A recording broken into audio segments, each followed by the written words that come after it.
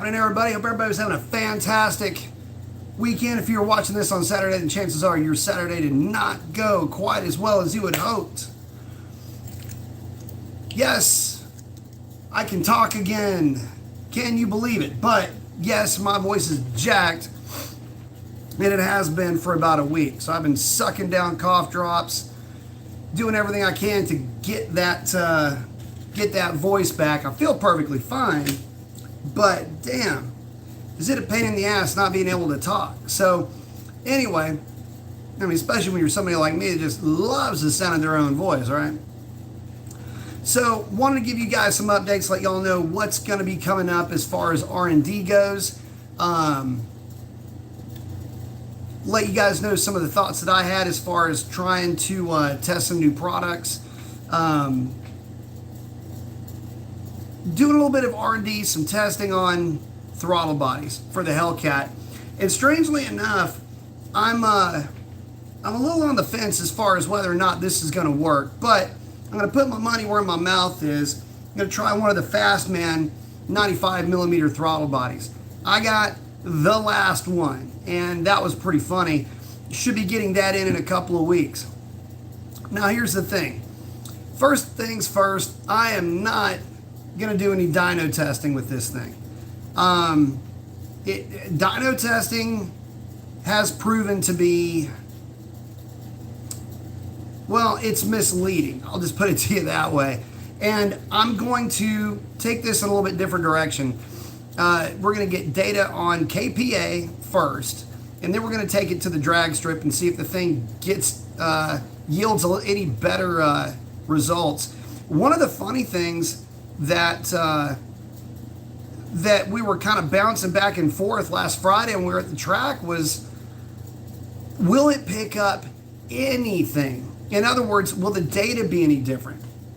Will the KPA be any different?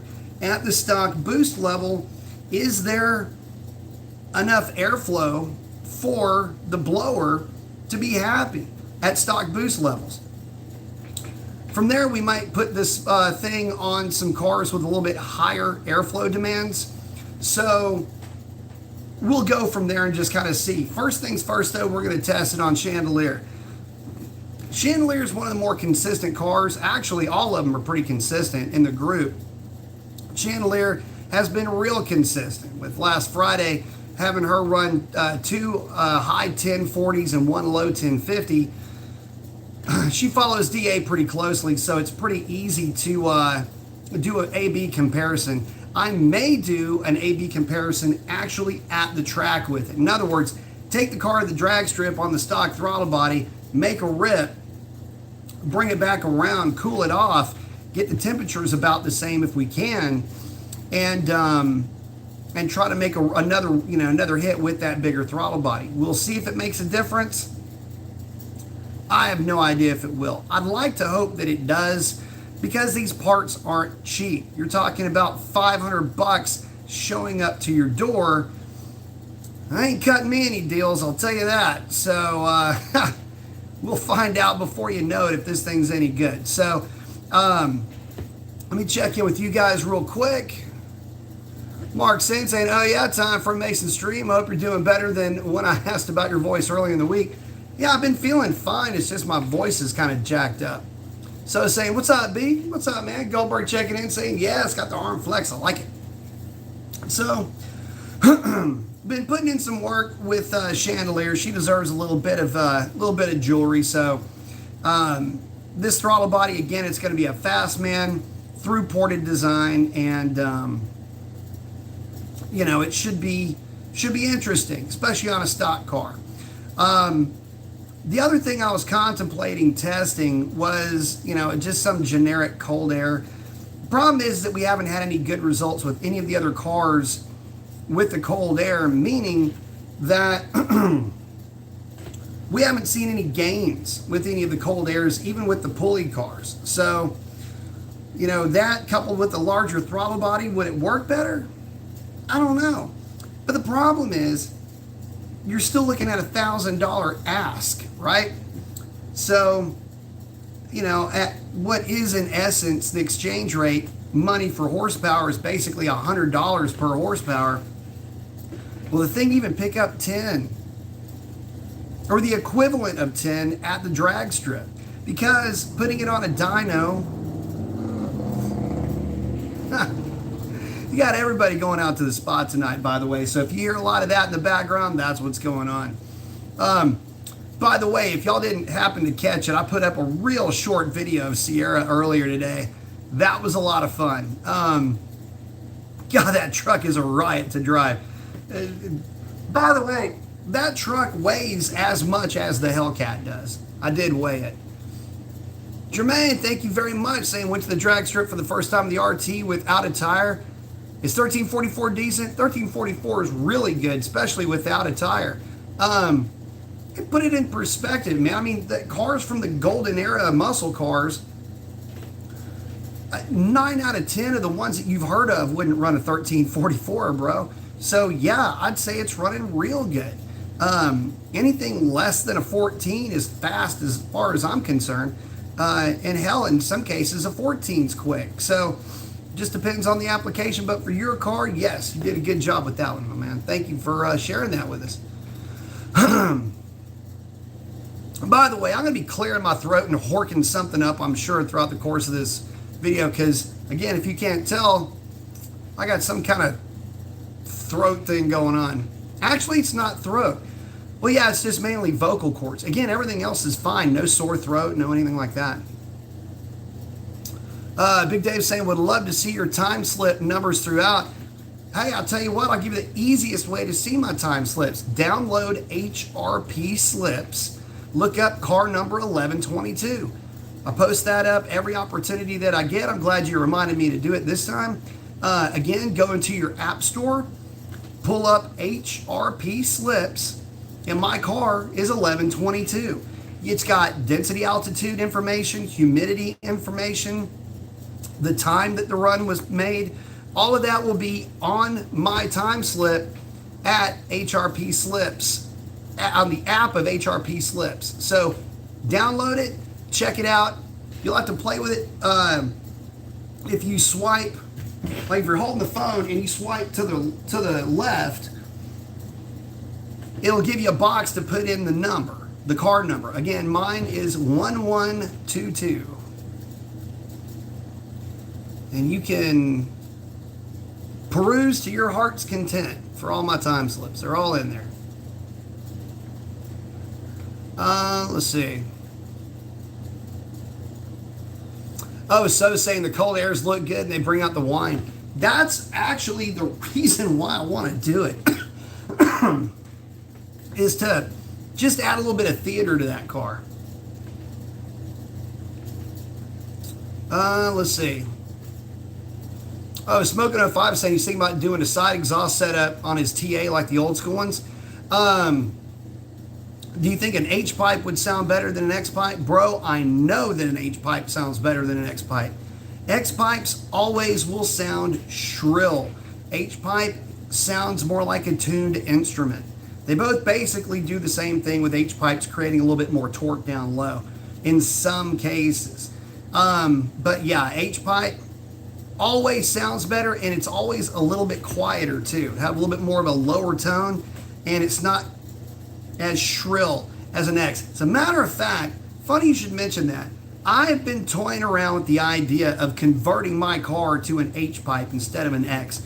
Mainly for that reason. It's just for the sound. Ha!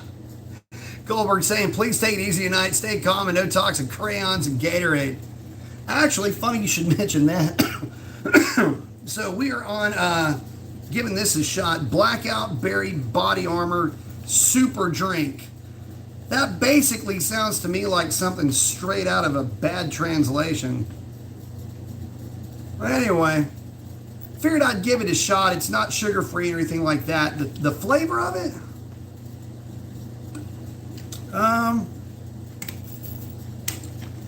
Flavor's a little bit different. Wouldn't necessarily say it's my favorite. We're going to be sticking to Purple Powerade. Problem is, my local didn't have Purple Powerade. Go figure. So, figured I'd try this out, see what it was all about, and I'm not regretting it, but Don't know if that's going to happen again.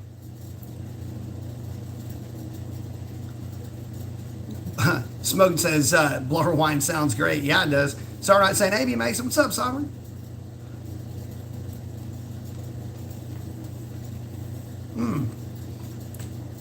So saying he's picked up a 67 440 big block, thinking of building the stroker. Any suggestions? Always went 60 over on my old ones I've owned, but never built the stroker one yet. Well,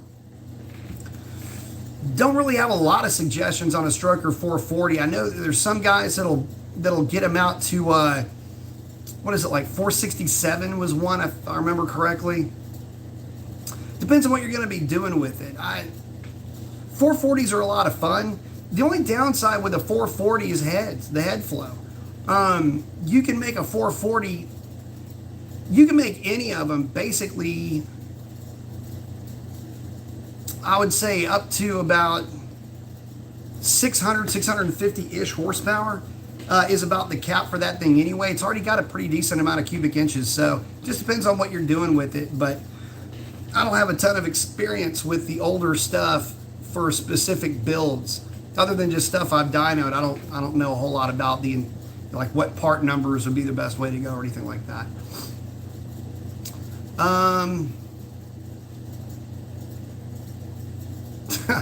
Mark's saying a buddy of his picked up an 06 GTO with a 6.0, keeps asking to race a bone stock RT. I mean, whatever makes him think his pecker's grown, and I don't know. I just think it's funny. Hey, come on, let's race. It'll be fun. I mean, if he thinks that winning is the only way to have fun with it, cool. Let's just hope he doesn't scatter that thing to the 4 winds like most people do. Daniel's saying he just ordered a P1X. Very nice. For his RT. I like it. Anthony's saying, how's it going, B? It's going good, man. So, we covered a little bit of the R&D part of it. Looking forward to getting that throttle body in, getting some KPA testing first and foremost. That's going to tell me if taking the thing to the drag strip's even going to be worth it, to be honest with you. If I put the thing on the car, put it like this, what I might do, remember the video that I did? It was a live video where I was swapping out filters. What I might do is I might do the same thing, except maybe do a throttle body or something like that. I do have to do a throttle body relearn, but that takes all of 3 seconds to do. But what I'm looking for is I'm looking to see if there is a gain in KPA. Now, remember when we did the filter testing and we discovered that KPA went down. In other words, boost went down with the removal of the filter. With the addition of a high flow filter, it would go down. The thing just didn't work right unless it had some type of a media there to kind of straighten out airflow or whatever. So anyway, what I'm going to do is I'm going to try that. If I get a higher KPA, it'll be worth taking to the drag strip. If I don't get a higher KPA and my data does not change, I am not going to be taking that thing to the drag strip. I'll pull it off the car and then we'll try it on one of the cars that makes higher boost. Because it's simply not going to make any sense. If the data is the same, the power is the same. It's just how it is. Especially when you're doing the test on the same day, literally within minutes of each other. So, let's see. Who else just checked in? Oh, so saying was going to the Mopar Nationals next weekend in Ohio, thinking of trying to find an old Challenger 7073 Charger. Cool car if you can find one. Or even a satellite, giving Indy heads and a solid roller. That'd be about the way you would want to make it happen. I've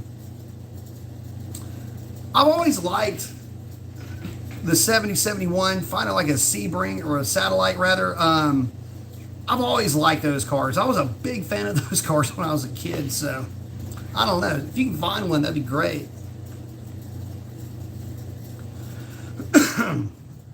HE37 saying you might make out better cooling. The air charge, if I most cool air intake's useless, I use a small amount of water meth in the charge pipe. Saying it reduced his ET. See, the thing is I'm not a big fan of water meth on Hellcats or any. It's got to be done right. The way that water meth was originally designed, this is going back close to 100 years ago, it was designed as a direct port system.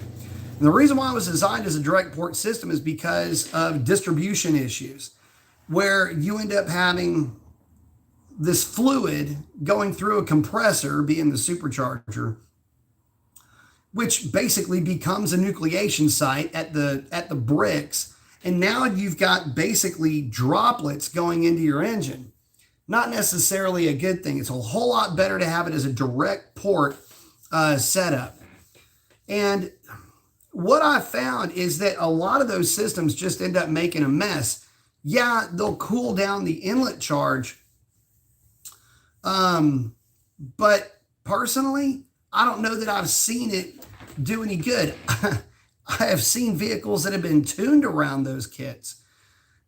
And that was scary as hell, because the meth was the only thing keeping the things alive. So I guess the distribution wasn't that bad. But I guess the point of all of this is you don't want to rely on that type of a kit if you're using it for tuning, I guess is really more my point.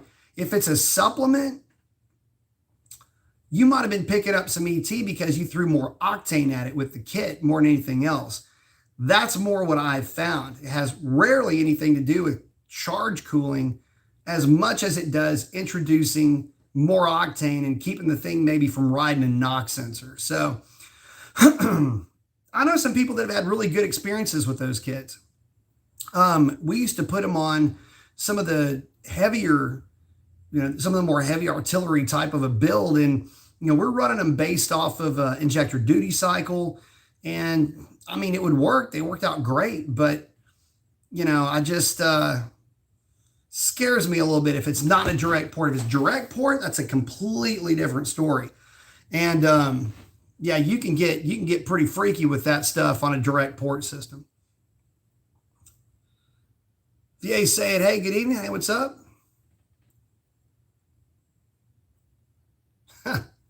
Smoking 05 saying his dad just won a show, this 38 Dodge best Mopar in a field of one. Good job. Small town Midwest car show. Cool. So, other upcoming videos. So one of the videos that's come up, actually more than a couple of times. This is a funny comment that I get. And I don't, what's funny about it is how often it actually comes up. So one of the comments that I get is, I'll do a video on a 5.7. It could be anything. It could be the trucks for all I know. I'll do a video on 5.7 stuff. And invariably, somebody will chime in, did you forget about the 6.1? Or what about the 6.1? Or you'll never talk about the 6.1. Okay.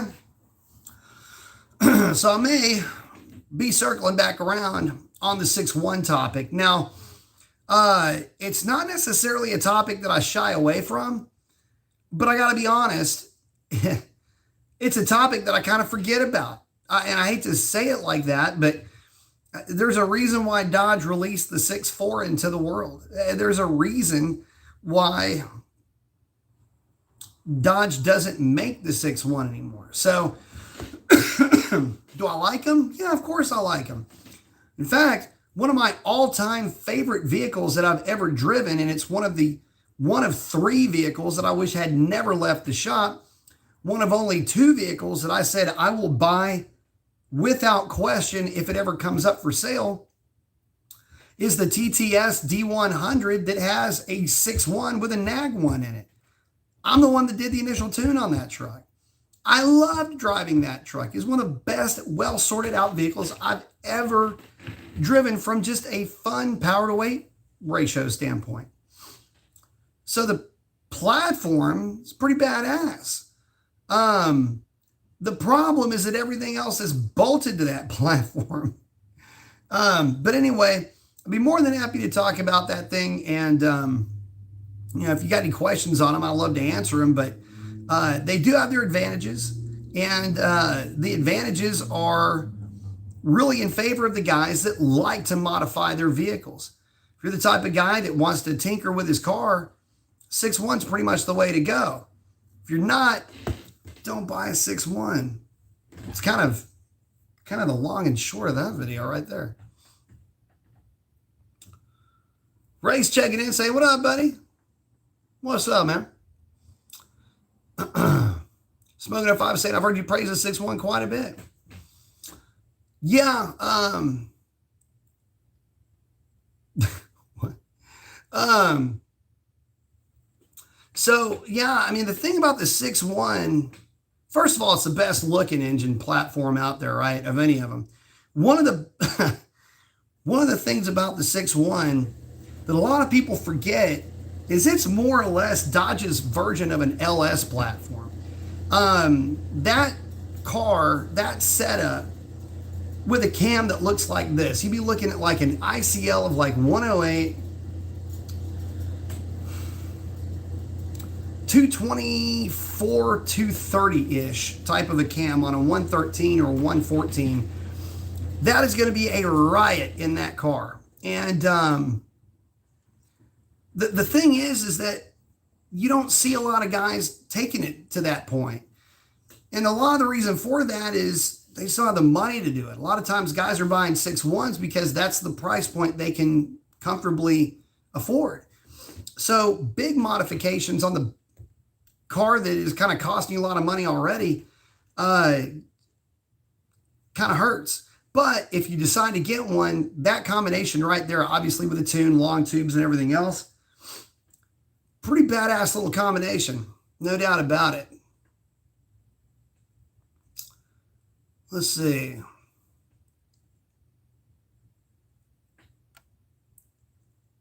What is this thing doing? Timeout, timeout.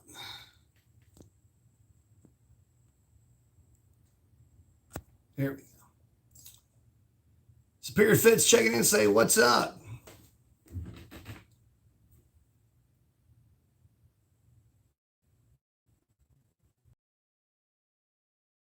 Let's see.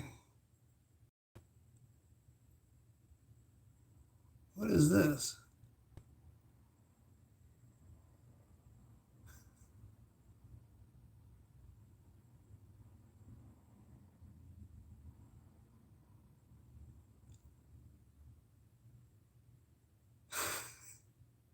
Oh man, who's the troll, man? This is funny.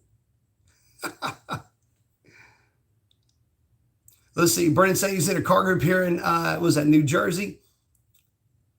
Hellcat Dyno 785 on a dyno jet. We're all talking about doing a roll race event. How do you think I should do against a new GT500?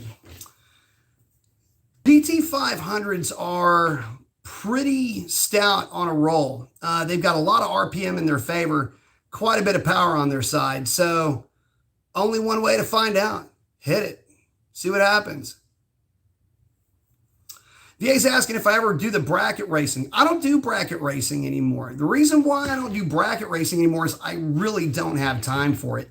I used to bracket race. In fact, I bracket raced for, shit, man, it had to be about 4 years.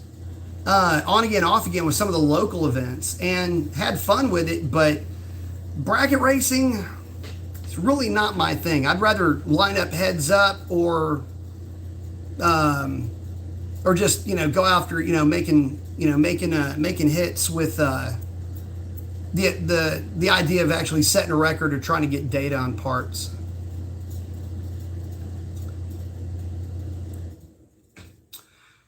Jermaine's asking, how do I feel about the Victor intake manifold?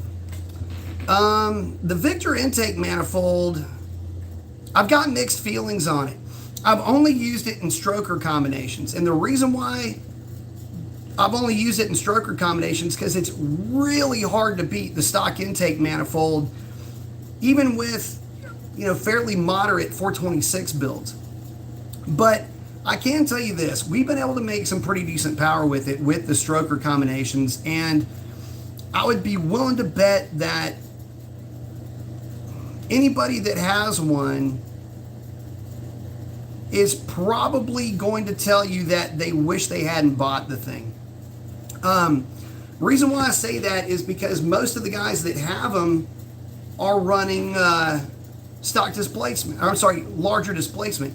None of the guys that I know of with stock displacement want to spend the $1,000 and go through the tuning process that you'd have to go through just to put the thing on your car. The problem with the Victor intake, you got to remember this, the problem with the Victor intake is that it is not a variable runner intake manifold. So it's not like a plug and play thing. You can't just take the thing off of, you can't take your stock manifold off the car, put that intake manifold on, and go run it. It's not going to work like that. You're going to be throwing codes with it. So it's one of the reasons why it doesn't get a lot of play on the aftermarket side. You just don't see a lot of guys running it. So what's my opinion of it? I've seen it work pretty well with stroker motors. I don't think that I would actually spend money on one. If I were to go with an aftermarket intake manifold, I would build an engine around the Holley intake. Something with a short runner that I can make RPM with and a lot of horsepower with.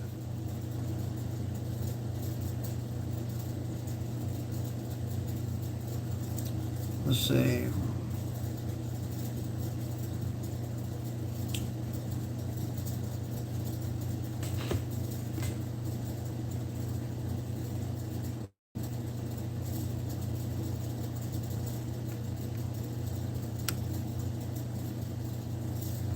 Scott's saying, what about the Holley Sniper? Well, the Holley Sniper is kind of what I'm getting at. I mean, that's exactly the intake manifold that I would probably run if I were to build a higher RPM or like a turbo specific build. That would be the only one that I would look at for that type of an application, but you'd almost have to build the combination around that intake manifold. So without having, I'll put it to you like this. You have to have a certain goal in mind when you start putting one of those combinations together.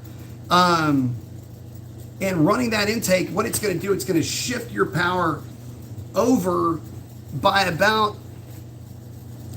depends on your cubic inch displacement. 5.7 is going to adjust it over quite a bit. 6.4's probably looking at about 500 to 600 RPM, which is fairly significant. You need to have a cam built around that, exhaust, everything. Your entire combination has got to be built around that combination. Without it, it's really not going to do any good. It's going to remove a lot of that real snappiness that you get down low.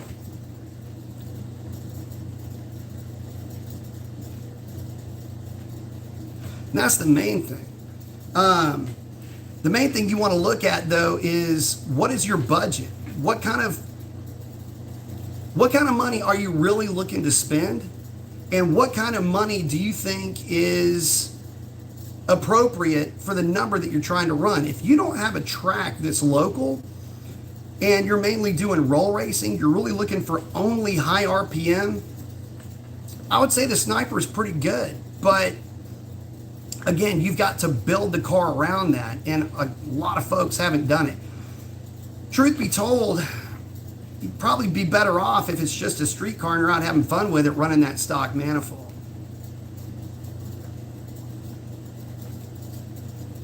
Ryan's asking, what's the best long tube headers for a 6.4? Well, let's see. I like Cooks personally. 1 7/8 Cooks long tubes are going to be the best build quality, at least of the ones that I've seen. But the primary thing there is the fitment. It's the fitment that makes the difference with those types of setups. So, some of the cheaper brands, I haven't really noticed those things fitting as well. But whenever we would do the cam setup, you put a set of Cooks on the head and then lower the head down into the car. That's a good looking setup. So, as far as numbers go, though, I don't know that there's much of a difference one to the next, but what you're buying when you're buying parts like that is you're buying, how do I say this? You are buying longevity, really more than anything else. You're buying durability more than you're buying anything else. So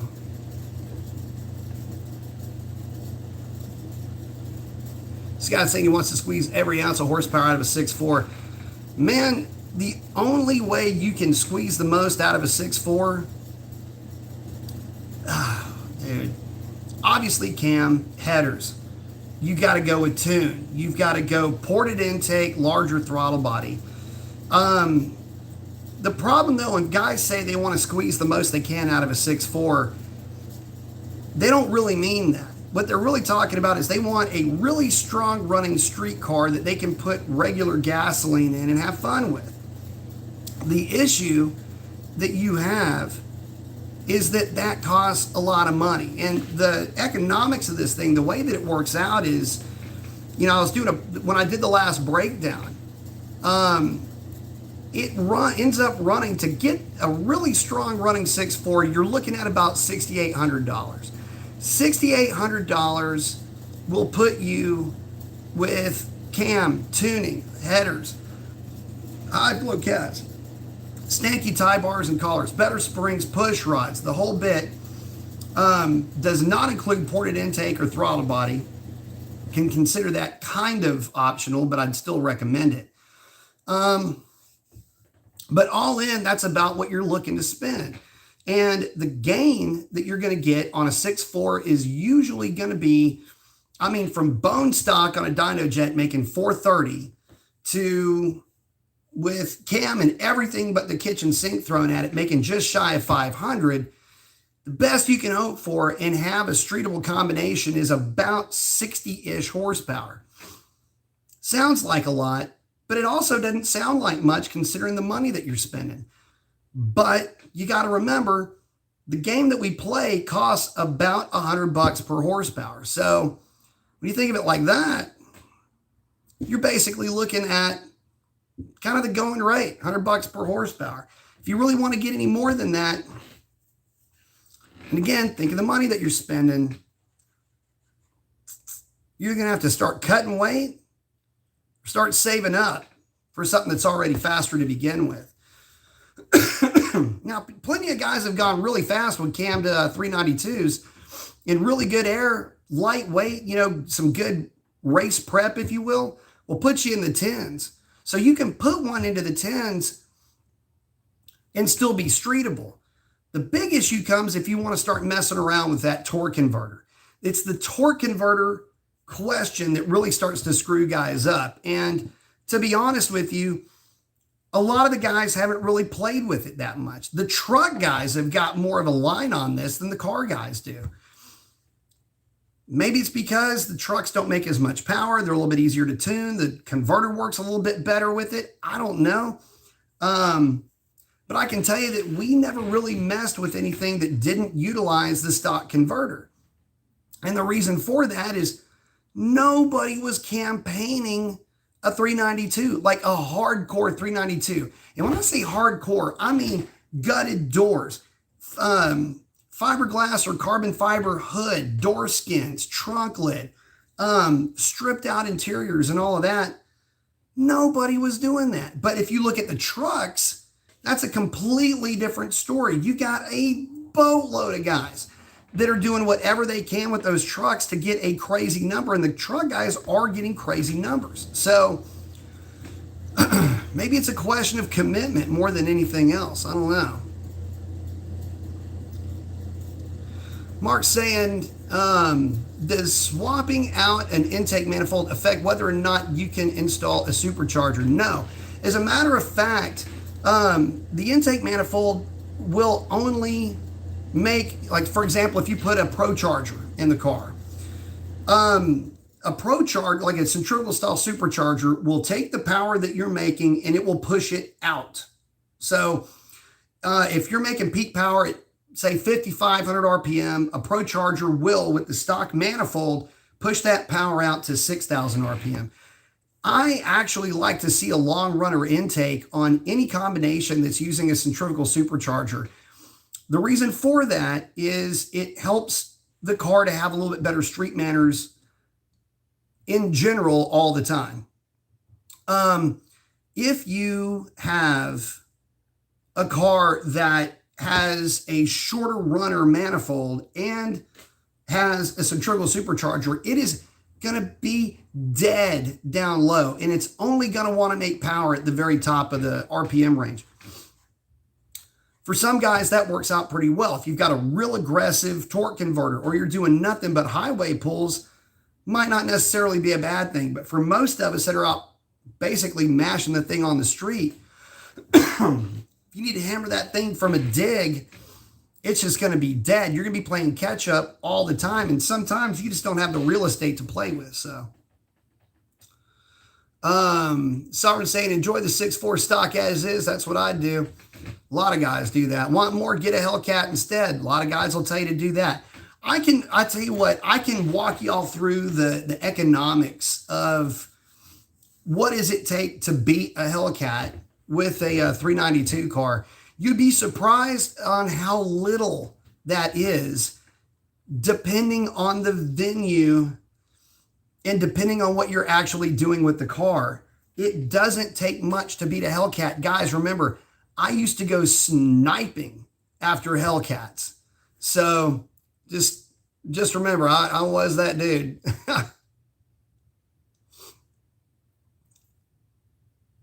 Hang on just a second here. Bear with me.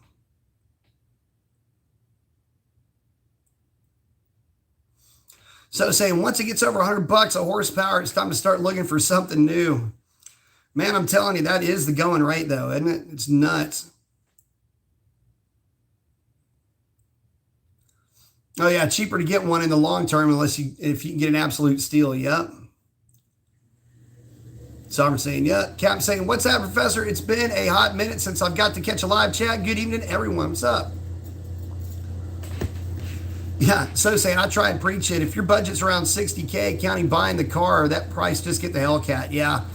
The thing with the Hellcat, here's the thing with the Hellcat. The reason why I always kind of default to that car is because, dude, if nothing else, yeah, I know it's big. I know it's heavy. I know it's a tank, but it's built like a tank. They are the most robust combination we ever had at the shop. There was never, ever a broken transmission with a Hellcat. I mean, I can't remember one anyway, ever. And we're talking cars that were making 900 horsepower to the wheel, 1,000 horsepower to the wheels. Some of these things were beat the hell out of, and we never had a failure. So, you know, it's just one of those things where you go, holy crap, you know, when you look at what works and what doesn't work, and when you look at what's durable and what's not durable, that Hellcat was the durable, the most durable combination that we saw. So in other words, you want to build your 392, you want to build a fast 392, that's great. At some point, you're upgrading that transmission. It's just how it is. HP70, great transmission. It just can't handle the kind of power that you're going to need to get to. You want to build a Mustang, same thing. Car can make a ton of power, real fun to drive. But at some point, you run out of transmission. Happens to all of them. But the Hellcat's the exception to that rule. That's one of the reasons why it's a good point. If your budget, your walking budget is about 60 grand, and you want something that you can take to the drag strip all the time and really not have to worry about it. I mean, it wouldn't be any different than taking your pickup truck to the drag strip. In terms of reliability, then that's the route that you go. And, I mean, I've done it and I haven't looked back. And look, I come from having a 392, man.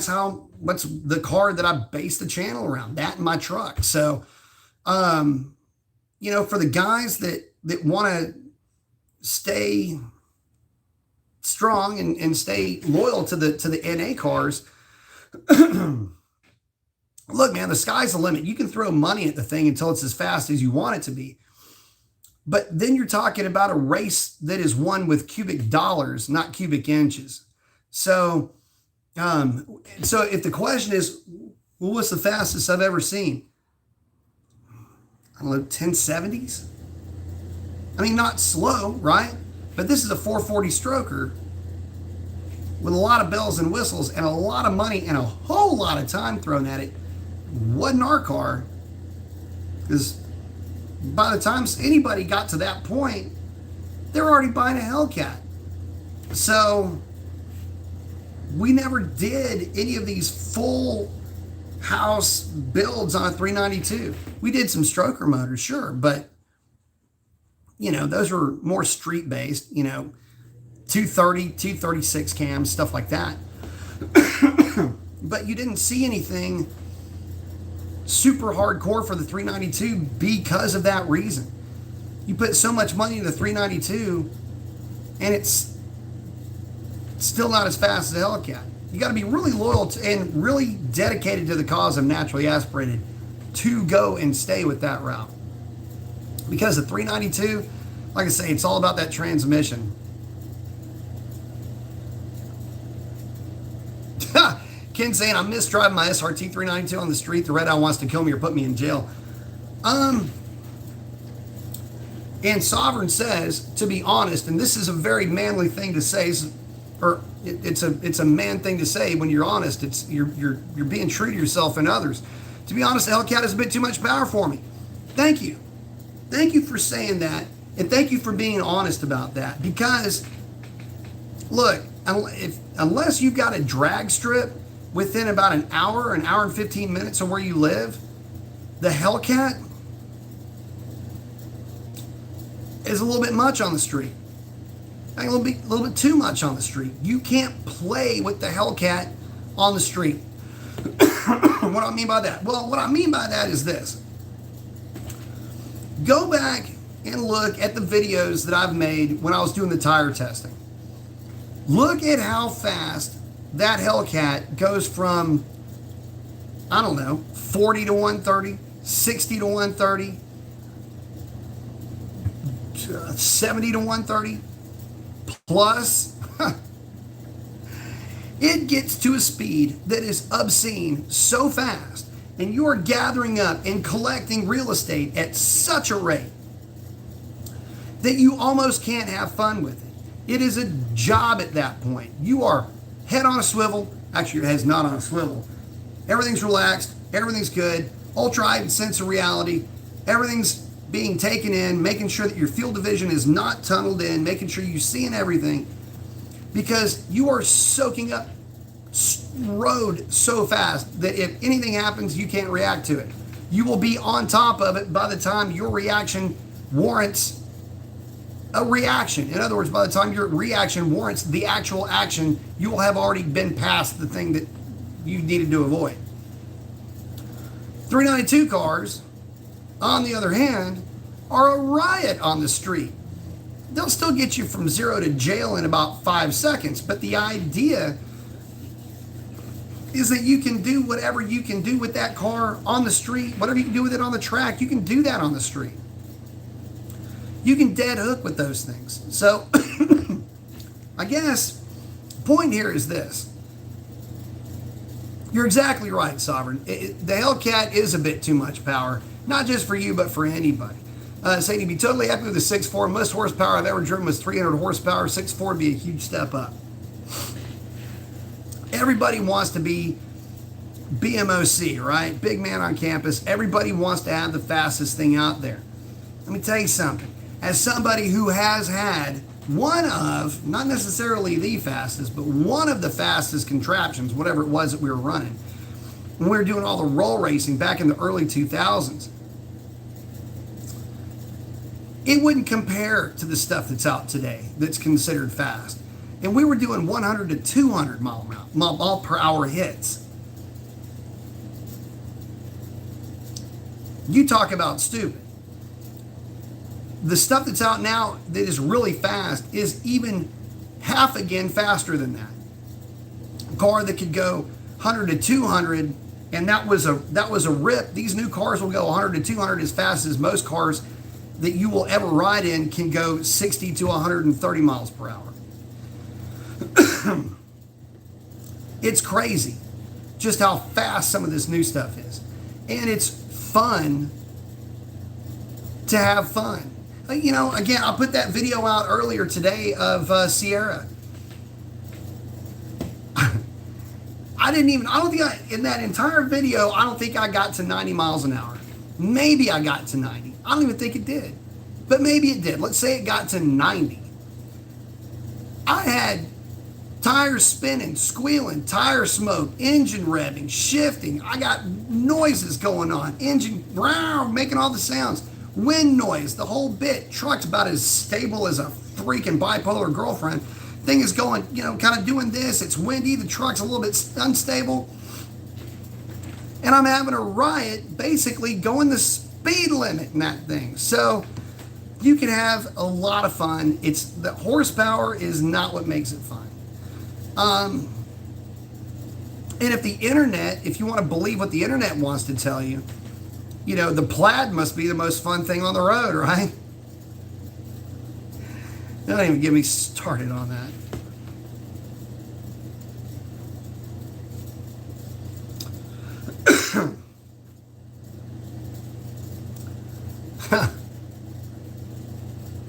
Mark saying he's going to debadge his RT so he can profile it around like an SRT. Cool.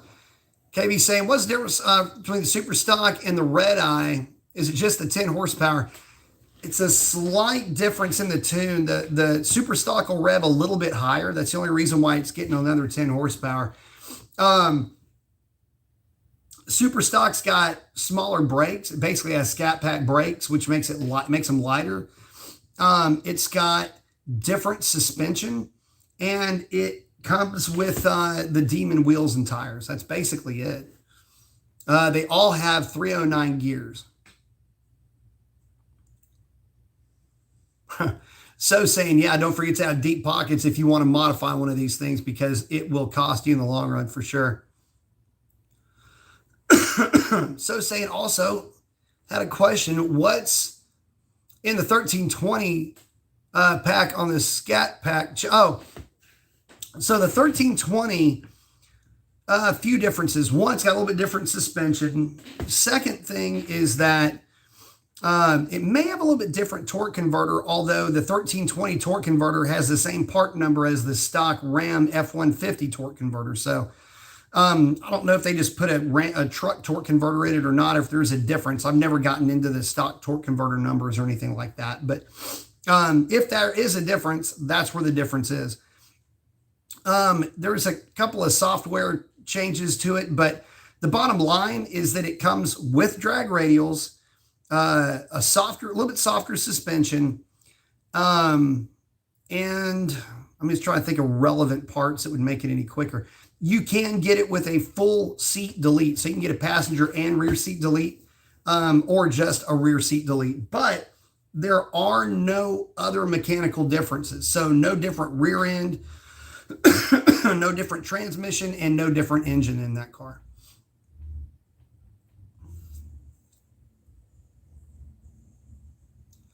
Scat Pack saying, had another Scat Pack with an undisclosed Texas speed cam put a bus on me at the track. Well, you need to put a cam in your car then. Give Dr. Diff a shout. We use Texas Speed cores over at Dr. Diff. Scat Pack saying, you could always use the red key. True that. Sinister saying, I was saying that I love my 392, but for sure, Red Eye, you have to respect the car for what they are. And Somber saying, make sure you hit that like button. Yeah, hit the like button. So I'll tell you this, I still like driving my car around with the black key. It's torquey as hell. I mean, it's actually a completely different driving experience. So yeah, I don't see a problem with that at all.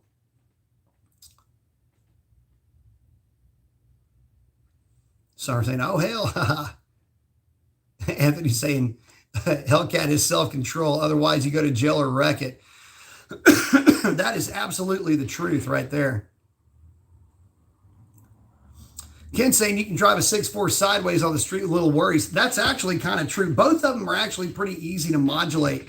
When you kick these platforms out a little bit, they're a very forgiving platform. So yeah, you can still have a lot of fun with them, no doubt about it. Ken saying, can you believe the Tesla Plaid game changer? And it weighs so much. Yeah, I'm going to be doing a video that's going to be talking a little bit about that. And I'll go ahead and give you guys some of the cliff notes of that video. So the Hellcat, even though the red eye exists, right? It's weird. The Hellcat is still the yardstick that everybody measures their cars against. At least it is at the drag strip. And nobody really, when you see a Dodge, it's not a red eye. It doesn't matter what it is. It's a Hellcat, right? So that's been the way it's been for a long time. But now the Tesla's come out. The Tesla ran and has been running a string of 920s at 150 miles an hour. Now, I can understand the fact if the car ran a low nine, like a 950 at like 140, right? Just all this torque rips the thing down the track, does 140 miles an hour. Bravo. Good job. Next. The thing is, you have to understand the difference. A 940 is like a really well-sorted Bravo package Hellcat. Weight reduction, the whole bit. That car could still hang with the Plaid if it ran 940s, okay? If my aunt had a package, she'd be my uncle, right? But the car runs 20s. Let me explain to you what that 0.2 of a second does. That literal blink of an eye, which is what 0.2 of a second is. Blink, that's 0.2. Blink, that's it. It goes da-da, like that. That's the cadence. Wow, wow. But at those speeds, you're talking about car lengths. It'll go wow, wow, like that at those speeds. And when you're the car and back, that's a long way to go. Anyway, getting off topic or sidetracked. The 920 number on that Tesla Plaid makes it effectively untouchable by a street proper Hellcat. It makes it untouchable by a street proper Camaro. It makes it all but untouchable by a street proper Mustang. Modified versions, obviously, is what we're talking about, right? Because none of those cars go 920s. None of them go 150. None that I've seen. And I've seen all of them. Every single one of them. I've seen every 9-second in a Camaro. I've seen every 9-second Mustang of every combination. Unless you start getting down into the trailer it to the track type of a car, it's not going faster than a 940. And it's that 940 number, that breakover number, that pivot number, if you will. That's the number that if you run consistently quicker than a 940, then you put yourself in a completely different stratosphere. You're not part of the crowd anymore. You're not part of the group anymore. You're way up here. And by the way, it does it every single time. It's like it's putting on its own parade. I'm at the drag strip Friday night. There's a truck there that I know goes 10.0s or 980s.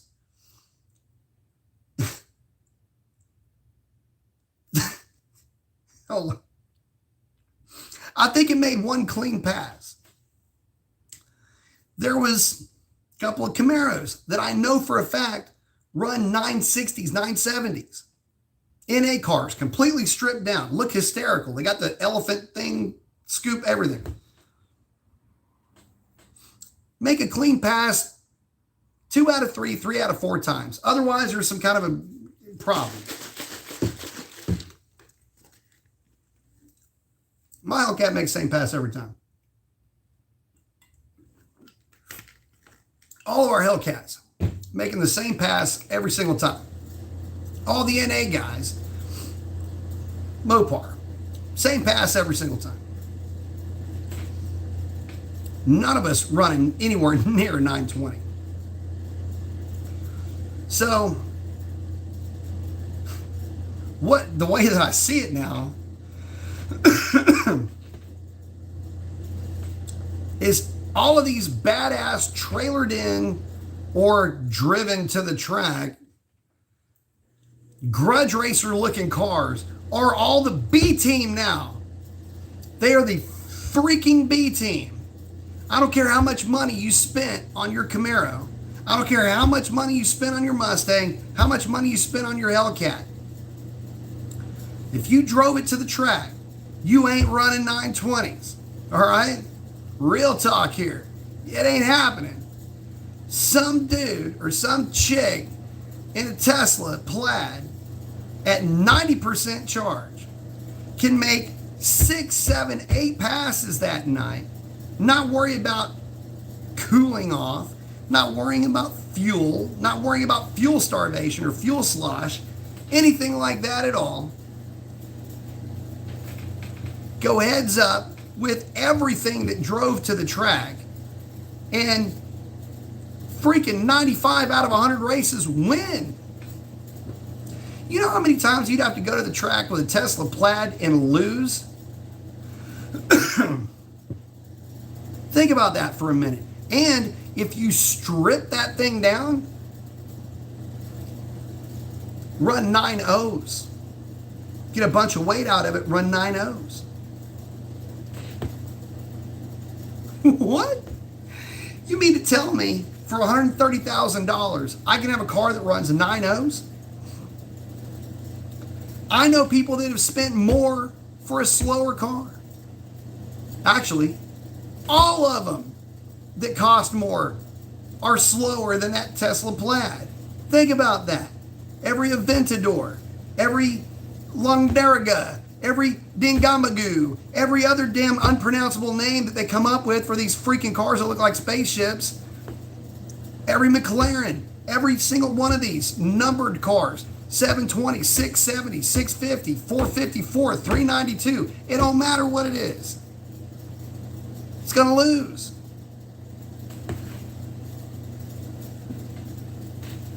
And you can buy 2 Plaids and keep one for yourself. You buy your 2 best friends a couple of Plaids, have one for yourself for the cost of some of these cars. The Plaids are walking all over. So, and I'm only talking numbers, and if the internet has taught us anything, is that only the numbers matter, right? I say that tongue in cheek, by the way. Anyway, I'm hoping you get the gist of where I'm going with this. It makes my car less stressful to take to the track. Because no matter what I do to my car at this point of the game, no matter what I do to it, I can throw 2 Whipples, a side of nitrous, a J-Tow rocket, take all the weight I can think of to take out of the thing on top of it, and it ain't going to go 920s. Think about that. Any street-driven car, if you look at it and it passes the eye test, would that be a street car? Is that really a street car? They ain't messing with that car. So, anyway, thank you for that, because it makes me, I feel like in a way it takes a little bit of heat off of us. You know, instead of, oh man, my car's fast. Oh, your car runs mid-10s in the heat. My car runs 10 O's in the heat. Yeah, but it ain't a Tesla. Tesla run 920s no matter what. Yeah, but it's 130 grand. That's too bad. You should have got a better job then.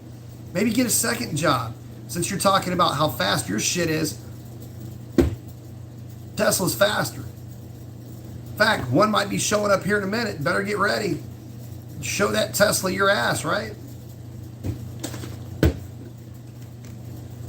The video that I make about that's gonna be able to piss off a lot of people, I promise you. Also I got another video, speaking of the Plaid. I did a little mathematics. There's a lot of stuff going on with that too, by the way. I've got two things going on in this sheet. You've got a whole lot of flow numbers that I'm working on here. That's what's framing everything. But the one thing that I did, this is another video, might go along with that Tesla video. If you decided for 12 months you were going to own a car and you're going to take it to the drag strip and you wanted to build as fast of a car as you could, what would be the more financially prudent way to go? Buy a Tesla Plaid or buy a Mustang and do it right and run that thing for a year with the understanding that you have to get rid of it after a year. And the reason why I say that is because 8 or 9 out of 10 people that ever build and put money into a Mustang, money into a Hellcat, whatever, within a year, they get rid of the car. You've got your outliers. I get it. But for the most part, most of them end up getting rid of the car around the time a year goes by. After doing the math on this, because I started playing around with numbers, I thought, well, really, what would it end up being? After playing with the math, it's close. And it's only close if you've got the cash money to put into the Mustang, the mods money. But there's a lot of this math that ends up getting almost identical. Like, it's scary how close this is. So anyway, that'll be another topic, or I may fantail it with the Tesla just to kind of put an exclamation mark on some of the points I'll be making with that thing. So anyway, if you haven't driven a Tesla yet, you need to. If you haven't ridden in one, you certainly need to. I have not ridden in a Plaid, much less driven one.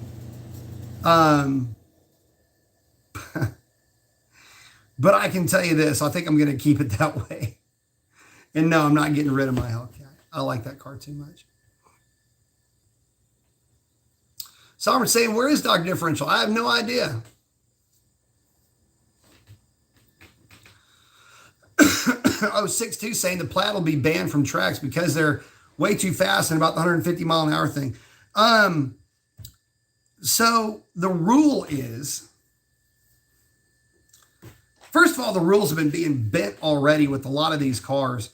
My car kind of bends a few rules as it is, but the main rule, the big rule, the heavy rule, the ET rule, and they'll kind of skirt that.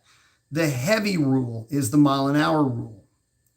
And that is the big one, I think, that 6'2" is really more talking about.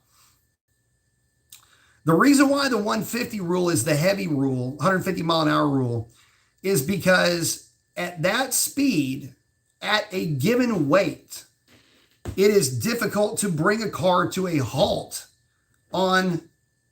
given the amount of room that you have to shut the vehicle down. Now, I'll give you an idea. It can be, I should say. I've run my car out the back door to about 141, 142 miles an hour. And I've never had a problem bringing it to a halt. I've run other people's cars that were running 140. I've run it out the back door to about 150, collecting data, and never really had a problem bringing those cars to a halt without a parachute. But as physics will tell you, the faster you go, the harder it is to stop. And for a lot of older cars, they simply didn't have the brakes to bring them to a stop in that amount of room, so they had to have a parachute. Modern cars, a little bit different. And the brake technology is so much better now, especially with the Plaid, where, I mean, you're basically engine braking, if you will. It's motor braking. And you got two different types of brakes. You got motor brake and the actual braking system. So, some tracks some tracks get pretty iffy about letting plaids run. I don't think ours would, but I can see how some folks would get concerned about that. Chuck saying that demons are his favorite, but good luck finding one. Yeah, and they're all going for about, you guessed it, $130,000. So saying, don't you need a cage if you run mid-tens, or is it 9s in the quarter? Well, technically 9s. I believe the new rule reads 999 or quicker, but it's guys are accidentally going 9s now. So most tracks don't really go after the cage rule for the 9s, but you start cracking 150, they will get on your ass about not having laundry for sure. Sovereign saying they need to grab a drink or poor vocal cords could use it. Probably so. So saying he saw one is about 150 grand. Yeah.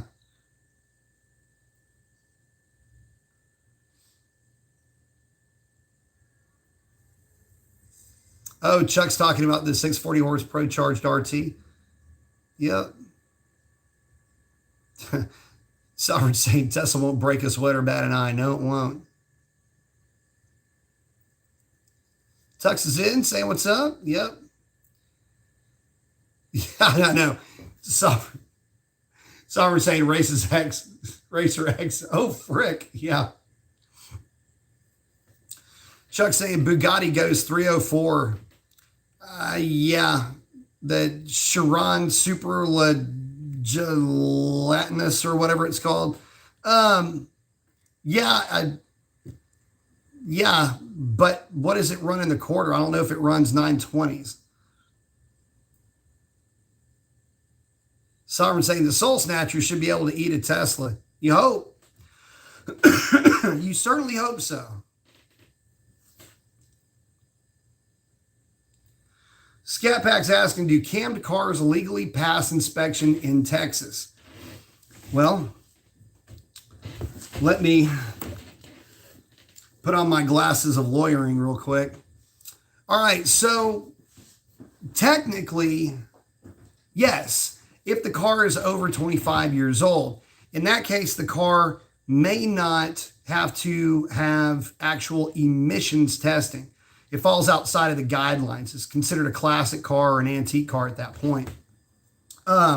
So, for example, my Mustang or my truck would be perfectly legal going to the inspection or going through an inspection, even though they both have aftermarket camshafts in them, because they're not going to be tested. Oddly enough, if my Mustang were tested, though, it will pass with flying colors. Even though it does have an aftermarket camshaft in it.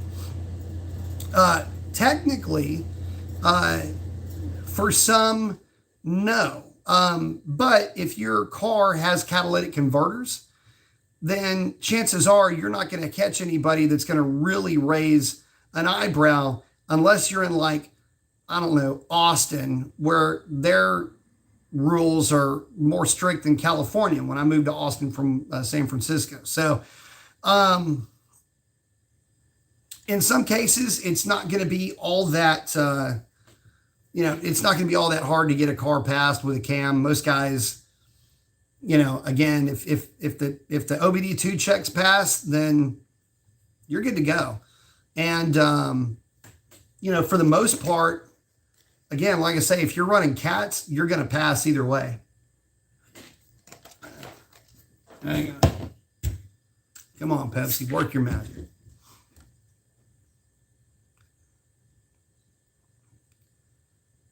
Going to answer a few more, and then I got to pull the ripcord on this one because my larynx is about to jump out of my throat and start walking around on the floor over here.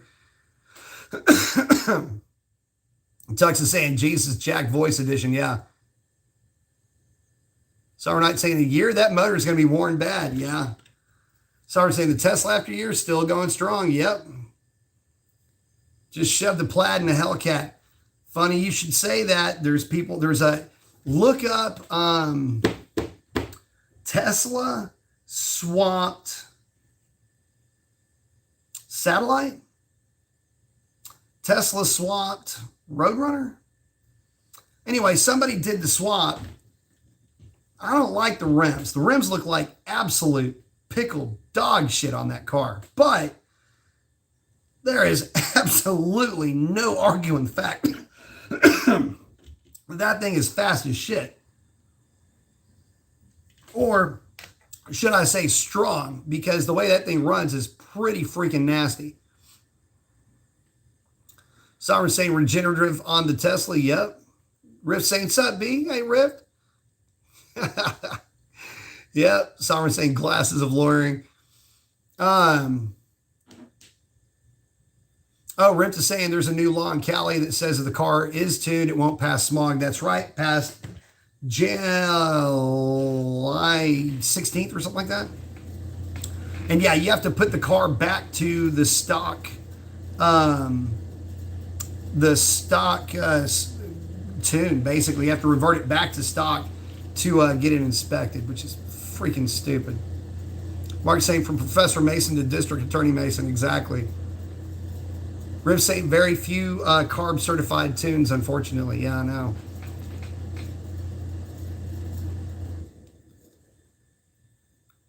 Sovereign saying California's jacked. Yeah. Chuck saying take it easy. Yeah, thanks. Yeah, I'm about to check out here in a minute. Ken saying take some zinc and have a good night. Tux is saying, but is this video supposed to talk about Tesla stuff? It does, then tell me about him. You'll see that video when it comes out. I'll talk a little bit more about the Tesla.